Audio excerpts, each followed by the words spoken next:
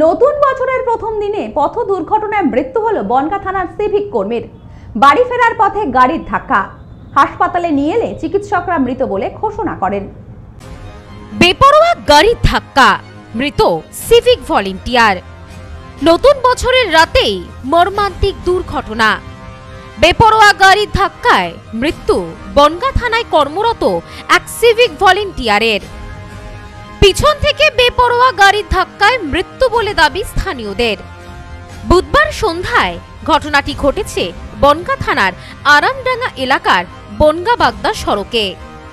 মৃত সিভিক ভলেন্টিয়ারের নাম সৌমিত্র আচার্য, বয়স ৩২ বছর, বাড়ি বনগাঁ থানার আরামডাঙ্গা এলাকায়।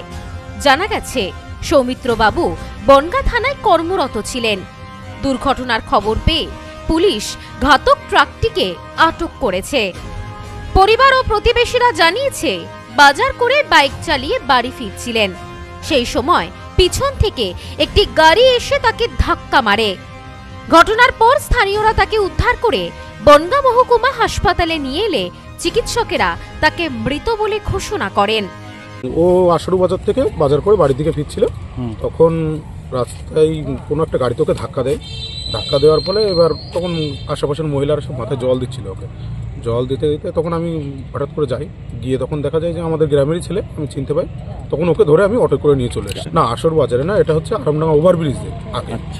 আচ্ছা, এবার ওইখান থেকে নিয়ে আসার পরে আমি সোজা বনগাঁ হসপিটালে নিয়ে এসেছি। বনগাঁ হসপিটালে যখন নামায় গাড়ি থেকে, তখন দেখা যাচ্ছে প্রচণ্ড পরিমাণে ব্লাড, এবং ডাক্তারবাবুদের কাছে যখন নিয়ে গেলাম তখন শোনা যাচ্ছে যে ওর পুরো পায়ের এইখান থেকে পুরো ফেটে গেছে। ফেটে যাওয়ার ফলে ব্লিডিং হচ্ছে প্রচুর পরিমাণে। তো ডাক্তারবাবুরা বললেন ওর ডেথ। না, ও ডিউটিতে ছিল না, বনগাঁ থানার সিভিক পুলিশের চাকরি করে। স্থানীয়দের অভিযোগ, বনগাঁ বাগদা সড়ক দিয়ে জলের পাইপ বসানোর কাজ চলছে। দীর্ঘদিন ধরে রাস্তা খোঁড়ার কাজ চলছে। সেই কারণে রাস্তার অবস্থা বেহাল। রাস্তাগুলি বিপজ্জনক অবস্থায় রয়েছে।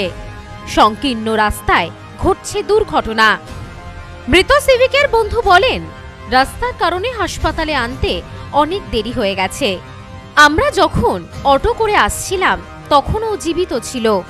আর রাস্তাটা আমাদের আশারু থেকে বনগাঁ আসতে আমাদের 1-1.5 ঘন্টা সময় লেগে যাচ্ছে। পেশেন্ট নিয়ে আসবো, আর রাস্তাটা খুব বিপজ্জনক ভাবে চলতে হচ্ছে। কারণেই দুর্ঘটনাটা ঘটছে। কারণ একটা গাড়ি আসলে সাইড দিতে পারছে না, গাড়িটা বসে যাচ্ছে সাইডে। বড় গাড়িগুলো সাইড চাপাতে পারছে না, ছোট গাড়িগুলো মানে খুব বিপদের মধ্যে। পেছন দিক থেকে মেরেছে মনে হয়। পেছন দিক থেকে। স্থানীয় বাসিন্দা প্রশান্ত মণ্ডল জানান, আমাদের রাস্তা প্রয়োজন, পরিষেবা প্রয়োজন, কিন্তু রাস্তার উপর মাটি বোঝাই করে রাখা হচ্ছে।